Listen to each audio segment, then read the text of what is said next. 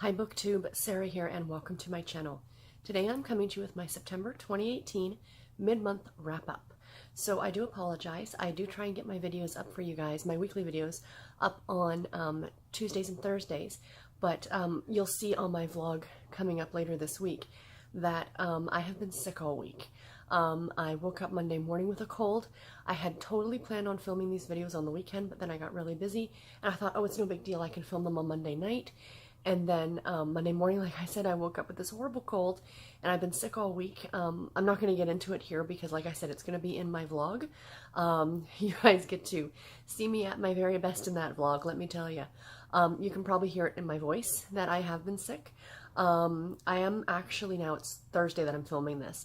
I am feeling a bit better. I'm still feeling a little foggy, but this is probably the best I felt in the whole week. So I'm working from home today.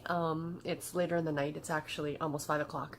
So I was working from home. I slept for most of the day today. So today was actually a legit sick day. And so like I said, I'm feeling a bit better. So I thought I'd sit down and film this one, and I'm going to try and get through this one and the next one. So you guys are going to see this video today and the next one tomorrow, and then my vlog on Saturday. So you're going to be a little inundated over the next few days, but I'm sure that's cool. So yeah, so I tried to conceal the fact that I am sick as best as I could. I look like Rudolph the Red-Nosed Reindeer. I put a little concealer on just to try and cover everything up. But yeah, so anyway, let's jump into it. So my mid-month wrap-up, this is a new thing for me. Because I'm now doing the weekly vlogs, and I do talk a lot about the books that I'm reading in those vlogs, I decided that I'm going to do a mid-month and then an end-of-the-month wrap-up for all the books that I've read. So these are the books that I've read from the 1st until the 15th of September. I do enjoy doing my stats quite a bit, but I'm going to save my stats for the end of the month. So I'll do, like, you know, my end-of-the-month wrap-up with all of my stats. So that one might be a slightly longer video than these ones, but here I am rambling on, so let's jump right into the books. So I finished 11 books in from the 1st to the 15th of September, so that's pretty awesome. The first 4 books that I finished, I'm going to do these in order that I completed them. I'm not actually going to talk to you guys too much about, because I did talk about them all in the first weekly wrap-up that I did in September, or the only weekly wrap-up that I did in September. And because these are going to be, these videos are going to be formatted very much the same way as those weekly wrap-ups, there's no point in me, you know, going on about them again. So all I'll do is I'll leave a link in the description box below to my weekly wrap-up for September, so you guys can hear more about those 4 books. And those 4 books, in case you're curious, are Cocoa Beach by Beatriz Williams. I gave that one 4.5 stars. The Deputy's Redemption by Delores Fossen, 3.5 stars. Deadly Intent by Carolyn Keene, which is a Nancy Drew book, of course, 3.5 stars. And Big Sky Country by Lael Miller, 3.5 stars. So yeah, so like I said, go and click and check that out. Also in this video, excuse me, I'm sorry, my voice is going to be all over the place. For all the other books, I will do what I always do in my weekly wrap-ups, or my weekly reads videos, and timestamp the books for you guys. So if there's something that you don't want to hear about, you can click on to the next book, or if you're only here to listen about one book, you can click on that one. Totally up to you. So we will start off with the next book that I finished this at the beginning of the month, which was Do or Die Cowboy by Faver. This is a romantic suspense novel. It is book number 1 in the Dark Horse Cowboy series. It was published in 2018 by Source Books, and I did read this one from NetGalley, so thank you very much to NetGalley and the publisher for sending it my way so I could review it. It has an average rating of 3.96 stars on Goodreads. I gave it 3 stars. My biggest issue with this book was the pacing. It was entirely too quick. From the time, like the first page of the book, until the end, a month has spanned, roughly. And there is so much that is included in that month. It's unbelievable. You know, it's everything from not only the couple meeting and, you know, forging or forming a relationship. It's also about her running from a guy who's stalking him, and him trying to get on this television show, almost like an American Idol, but a country edition. You know, helping out at the grandmother's house.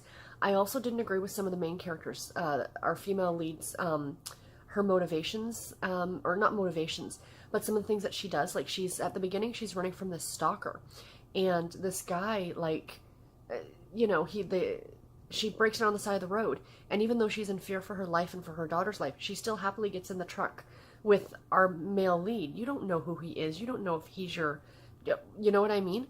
I didn't, It was a very entertaining story. Let me say that on a positive note. I really did enjoy. It was entertaining. It was fast paced because the pacing was just really quick. So you tend to fly through it a little bit quickly. But all in all, I think it would have worked far better had it have been spaced out longer, and there would have been more. So sorry, I didn't tell you guys. The whole plot of the story is about a woman, and I'm sorry I did not write down their names. I usually do that. She meets up with a guy, and or excuse me, let me backtrack. This woman is on the run with her small daughter from somebody who's chasing her, or who is kind of stalking her. And they run into each other at this local diner, and she's going to go and stay with her grandmother and kind of go in hiding there with her grandmother. So she breaks down the side of the road. He offers to drive her, and then he ends up staying because it's late at night and he's heading to Dallas to be on this like American Idol type TV show. Well, then he sees like all this work that needs to be done around this farm or this house that the grandmother lives at, and so he agrees to kind of stay for a few days. And of course, then her and him fall into a relationship. And then all the things that follow with that, with this person stalking her. And there's also this thing going on with her grandmother that neighbors of hers are kind of harassing her and, setting fire to parts of her land and, letting her animals loose and all these kind of mischievous things. And, again, there seems to be a lot packed into a very small time period. The length of the book wasn't the problem. It was a good long book. But because it was so, like, the book itself was long, but it took place in such a short period of time, you also felt like a lot of the things kept being rehashed and rehashed and rehashed. So it got to be a little much. I'm not saying don't go read it. If you like a good cowboy romance, this one is great. Ty, I believe, is our main character's name. He is pretty sexy cowboy, so yeah, if you like it, give it a try. But just knowing going in, it wasn't one of my favorites. The next book I finished was A Million Little Things by Susan Mallery. This is a women's fiction novel. It is book number 3 in the Mischief Bay series, narrated on audio by Tanya Eby, published in 2017 by Mira, Average rating of 3.89 stars on Goodreads. I gave it 4 stars. I got 1 challenge for this one. This was for my RRC September monthly challenge, National Stay Away from Seattle Day, which was read a book, I think that was set either in the Pacific Northwest or features water on the cover, and this one has water on the cover. It's actually set just outside Los Angeles in a small town called Mischief Bay. So I really can't talk too much about the plot of this book because this is one series that actually you kind of benefit from reading book 1, book 2, book 3. Typically I say you don't have to do that in contemporary romance because you're just kind of following characters in the same small town and you can kind of jump in and not really be lost. But in this one you really kind of do need to read the first book and then the second book because characters follow over from each book and their plot lines follow over from each book. But this is the story of 3 friends, or all these stories, all the Mischief Bay stories I should say actually, are about 3 friends who are navigating their way through lives. They're usually 3 friends that are kind of at very different stages of their lives and, things that are happening there. So for example, in this one, this is about a woman, her name's Zoe, and she is kind of navigating a brand new relationship and finds out something very shocking from her last relationship. A woman named Jen, who is a mom, but she's very much a helicopter parent. Her son is, I think he's just a little over 2, and he's not talking, and she's worried because her husband's a police officer in the LAPD. I think he's a detective.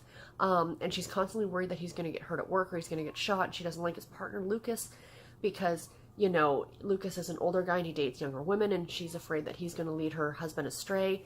And then there's Pam, who's actually Jen's mom, and she's also navigating her way through a new relationship. So again, Pam's story is one that has carried over from the first book. So, I don't want to get too much more into it other than to say it's a great series. This was not my favorite. I mentioned this in my vlog. My favorite book was The Girls of Mischief Bay, which is the first book in the series. The Friends We Keep, which is book number 2, was my second favorite, and this is my third favorite. I really didn't care about Jen. So through all the stories, Jen kind of drove me a little bonkers. And, I'm not a parent, so I can't judge anybody who is a parent for that aspect. But it was a little overdone. Do you know what I mean? So anyway, yeah, not my favorite in the series, but still 4 stars. Absolutely fantastic read, great on audio. I absolutely recommend this whole series. The next book that I finished was Tell Me Your Secrets by Cara Summers. This is a contemporary romance novel. It is book number 3 in the It Was Dark and Sexy series. Harlequin Plays novel number 286. This was narrated on audio by Nellie Chalifant. This was actually part of the Audible romance package, so if you're interested, go and check it out. Published in 2016 by Harlequin. Average rating of 3.77 stars on Goodreads. I gave this one 4 stars. I really enjoyed this one. This is a really fun, quick story. Very entertaining. So it's about a woman by the name of Brooke who finds out that she is actually a twin sister. She has a twin sister. And while doing some investigating more about this sister, she finds out this sister has actually gone missing. She's taken off and gone missing. So she decides to actually disguise herself as her twin and go to the ranch that her twin has been raised on. She was under the impression that both girls were put up separately for adoption, like separated at birth and put up separately for adoption. And so she disguises herself as her twin Cameron, and she goes to the ranch to try and find out what happened to her. So that's pretty much the basis of the story. It was really, really fun. You know, I gave it 4 stars. It was very, very soap opera-esque. And it's funny because Brooke actually writes for a soap opera. She is the head writer for a soap opera called Secrets.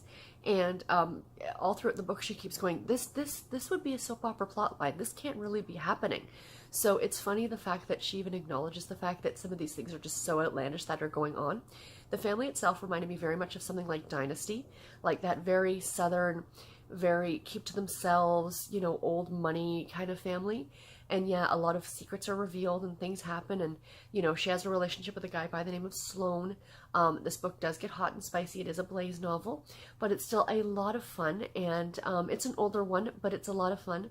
I have to mention one of my favorite lines from the books, or from the book, excuse me, is at one point Brooke like falls and hits her head. So when she wakes up, they're asking her like, you know, what year is it? You know, do you know your name? And they asked what's the current president of the United States, and it was George W. Bush. So that was a while ago. I keep forgetting how long ago 2006 actually was. But yeah, 12 years is a long time. But anyway, yeah, so this one was a really, really fun one. If you're interested and you're subscribed to the Audible romance package, like I said, please do go ahead and check it out. I can't remember, I don't remember if I checked or not whether the first 2 books are also available, because this is the 3rd in the series. You do not have to have read them in order. This one I read outside of the series and had absolutely, you know, I wasn't lost in any way. It was a really entertaining story. The next book that I finished was What Ails the Earl by Sally MacKenzie. This is a historical romance Regency novel. It was the first book in the Widow's Brew series. This was published in 2018 by Zebra. Average rating of 3.66 stars on Goodreads. I gave it 4 stars. This was for my What to Read in 2018 challenge. Task number 15, which was click explore and choose a genre listed under my favorite genres. And I picked historical romance. Click on the genre name and read a book off that list. So I read a book off of the newly published, and this one literally I think just came out in August. This one was really, really fun. I enjoyed it a great deal.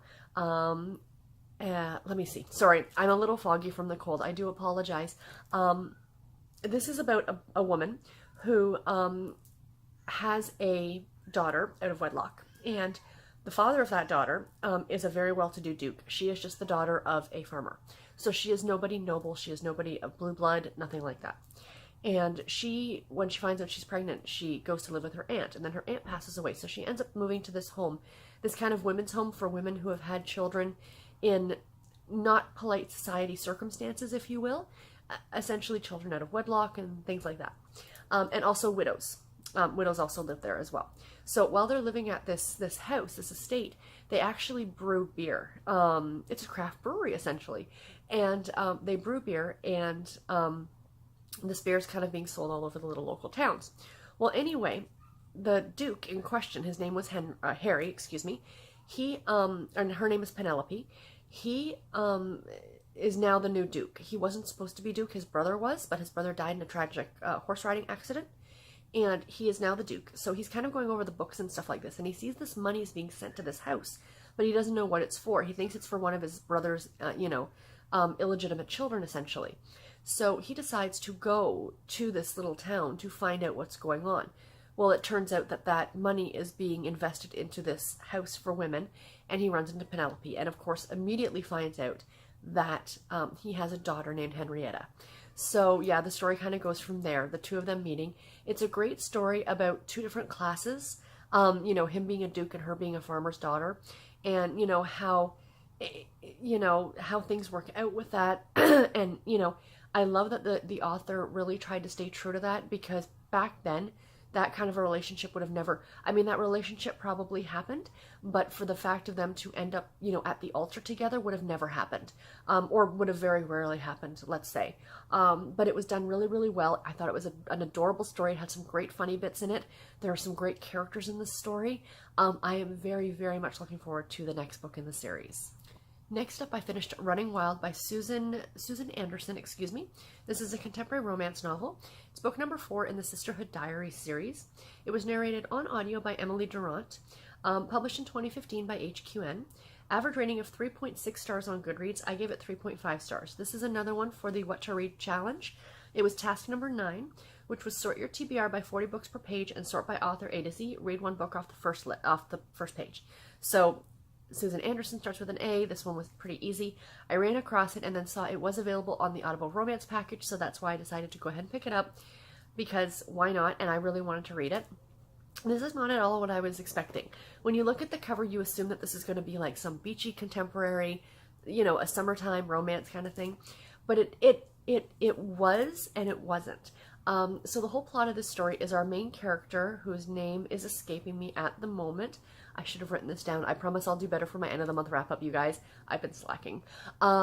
She is in South America because her parents are missionaries, and she was kind of raised that way as well. So she spent the first 13 years of her life living in these small villages in South America, you know, being a, you know, a minister. She's not the minister. Her parents are, you know, missionaries. But she would play with the local kids, and she kind of knew a lot of the customs and knew all about all that stuff. And then at the age of 13, she was sent off to boarding school. So she really hasn't had contact with her parents except for the occasional letter. Well, then she started to get a lot of letters from her mom telling her all about these things and about this cartel that they were having issues with in this one small town. So then all of a sudden the letters stopped. So she kind of panics. She empties out her savings account and all these things, and she flies to South America to try and find them. So on her first night there, she meets up with our male lead, whose name is Finn. And is her name Marjorie? Marg? It's not Marg. It starts with an M. I do apologize, you guys. She meets up with Finn in this bar, and he ends up saving her from somebody. The cartel that, you know, her mother was mentioning has found out that she's in the country and is now kind of trying to catch her.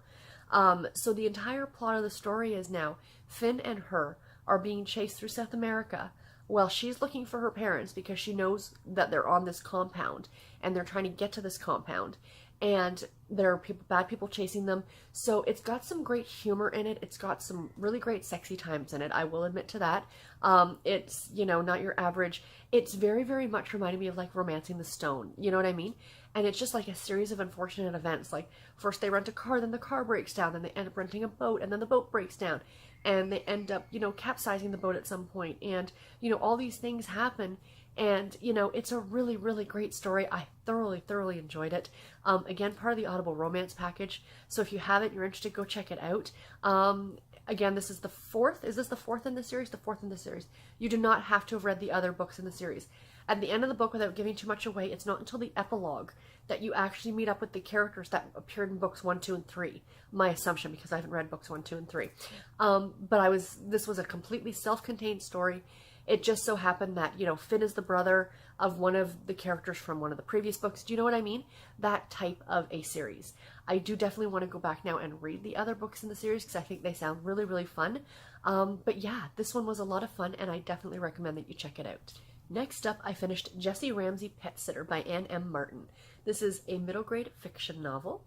It is book number 22 in the Babysitters Club series, published in 1989 by Scholastic. Average rating of 3.49 stars on Goodreads. I gave it 3 stars.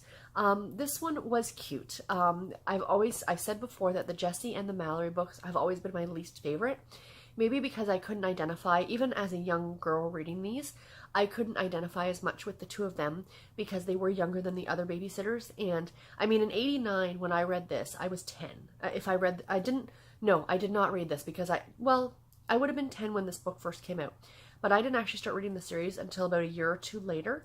So I was about 12 by then. And you know, when you're a teenager or 12 or 13, you always want to think that you're much older than you actually are, or, you know, and you're trying to identify with an 11-year-old girl, and I just didn't. There was just something about Mallery and Jessi that I didn't dislike them, but they weren't my favorite characters. Let's put it that way. So this one is about Jessi, and she gets a job to do for, I think it's an entire week, or is it 2 weeks? That every day after school and before school, she has to go over to this client's house. And this doesn't involve kids. It's booked through the Babysitters Club, but she's actually looking after all of their animals. So she's the pet sitter. So it was kind of fun. And then there was a secondary B plot about the Babysitters Club themselves having issues. I didn't realize until I'm rereading through this series again how many times the Babysitters Club members got into arguments about the club stuff. Like, it's crazy. I'm like, didn't we just a couple books ago have like a big blow up about something? But yeah, so that's the secondary story. And Mallery and Jessi, being the new members, are kind of feeling a little off-putting because, you know, they want to do a vote and things like that. And, you know, they just feel because they're the junior officers that they really don't have much of a say. But the one thing that stuck out in the story, and I mentioned this in my vlog, and I wanted to mention it again in case you didn't see it, because I thought it was quite funny. It goes to show you, reading these as an adult as opposed to reading these as a child, that at one point one of the animals that Jessi's looking at after gets sick. So she panics and calls her mom. She's like, we need to take the animal to the vet. And I thought, yes, I would have done exactly the same thing. The problem is they got to the vet, everything was checked out, yada, yada, yada. They leave the vet's office, and my first thought was, who paid for that vet's visit? Did her mother shell out the money? Did Jessi pay for it? Do the people who own the pets have like a running tab?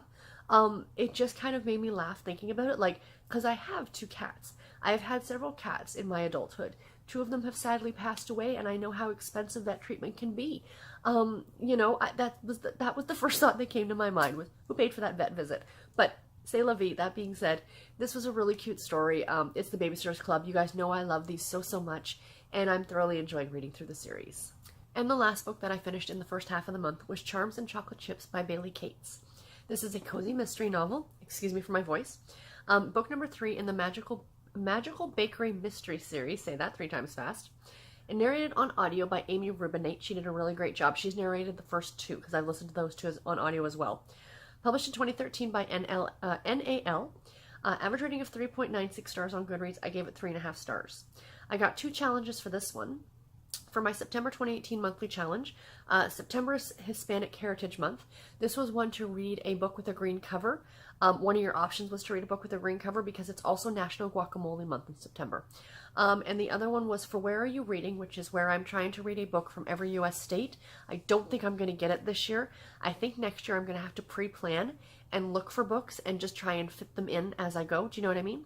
But I got the state of South Carolina, which I'm surprised I didn't get that one sooner, considering I've read, I think, the first 2 books in the series earlier this year. And I think I just finally looked and realized. So I think next year I'm going to have to do better and pre-plan. Because I read so much contemporary romance, a lot of it cowboy romance, a lot of them take place in Montana, Texas, Colorado. So I have a wealth of books that take place in those 3 states.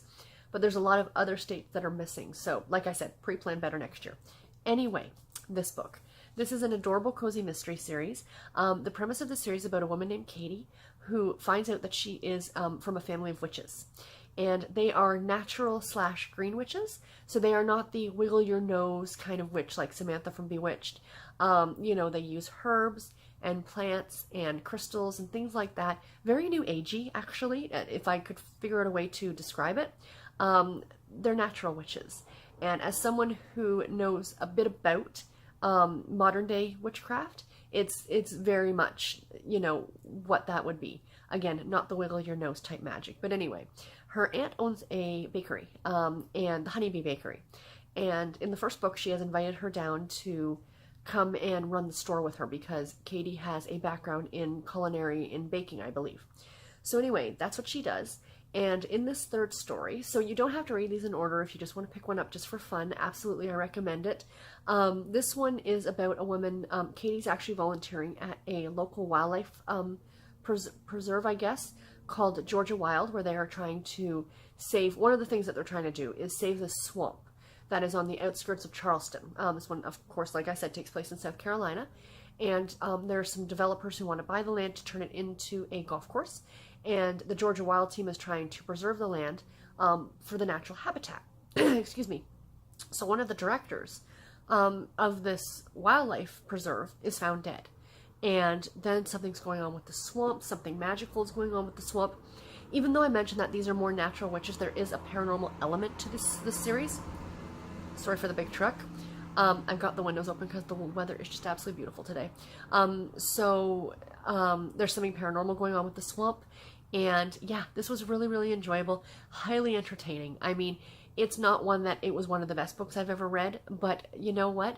If I can find a book that I am enjoying and I'm finding it entertaining, that is good enough for me. And this one definitely fit the bill. So anyway, guys, that is it for this video. I do hope you enjoyed it. Please let me know in the comments below. Have you read any of these books and what did you think about them? Or what was your favorite book that you read in the first half of the month? Because I'd love to know that as well. And until my next video, guys, take care and happy reading. Bye, everybody.